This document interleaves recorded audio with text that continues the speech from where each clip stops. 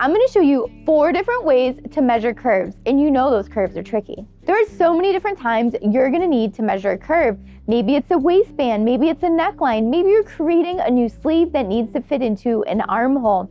Now we need to measure these perfectly. And because we're not angular like a flat paper dowel, we need to make sure we're measuring that curve. So we need to make sure that we're not just measuring from point to point, we need to make sure we're going all the way around the curve.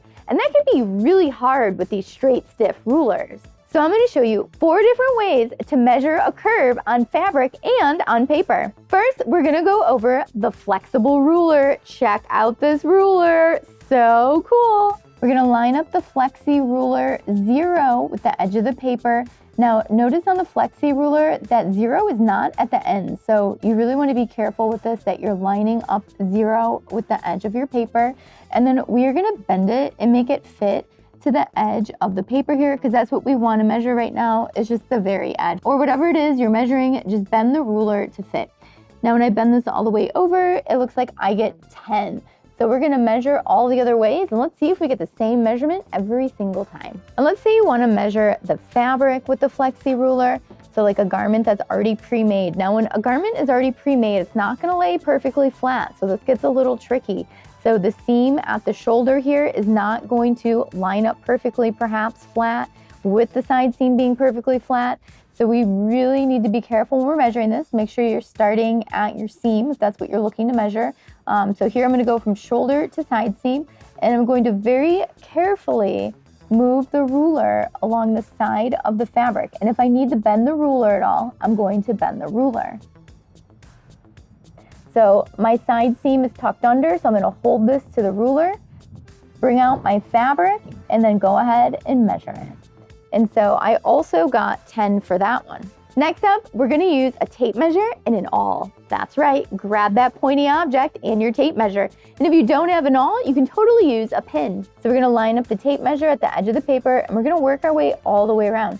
And we have this awl so that way the tape measure doesn't move.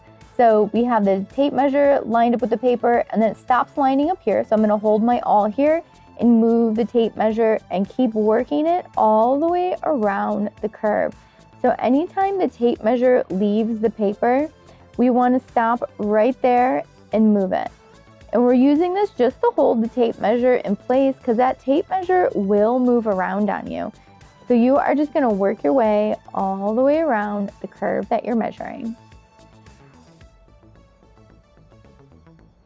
And here we've got about 10 1/4. The third way to measure is going to be a digital tape measure. That's right, this device is so cool. To use the digital tape measure, the first thing we need to do is turn it on. So we're gonna hit this big button in the middle, we're gonna hold it, and there it is.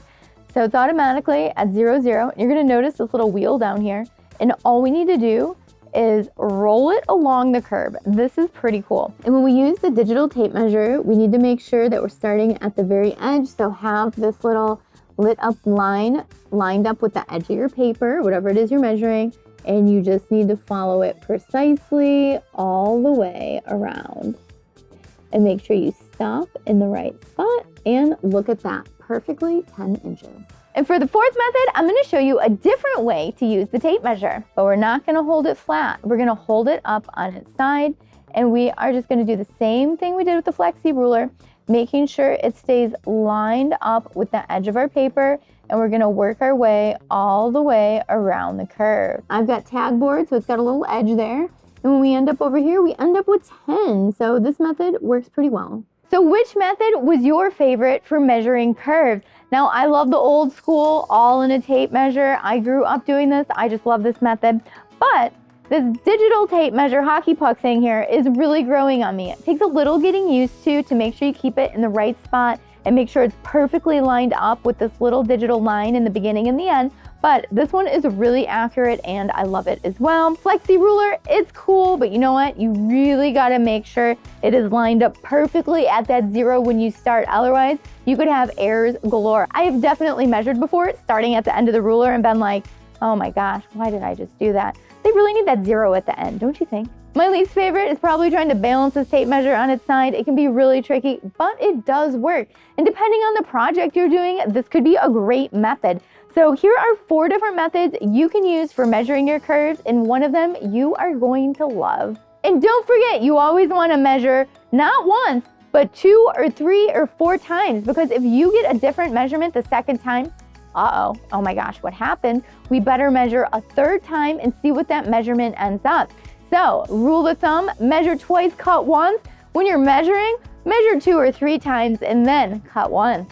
So today I really wanted to show you how to measure curves, because next week we are going to be measuring armholes to add fun sleeves to the Stacy bodice pattern. We're going to be measuring necklines to add flounces, and we're going to be measuring waist to turn this bodice pattern into a dress.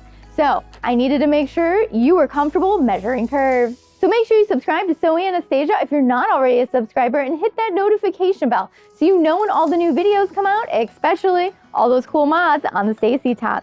And if you're already a subscriber, thank you so much for watching today. These videos are for you guys. And don't forget to follow me on Facebook, Twitter, Instagram, Pinterest, LinkedIn, I don't know, all the social websites, so that way we can stay connected and creative together. And I would love to see what you've been working on. So send me photos, tag me, I'd love to reshare them, and keep us all inspired and creative. And if you're in Chicago, come on into the studio and take a sewing class with me in person, that's right. Or you can take them virtually as well. And you can find out all that info at sewanastasia.com. Thanks so much for watching. Bye.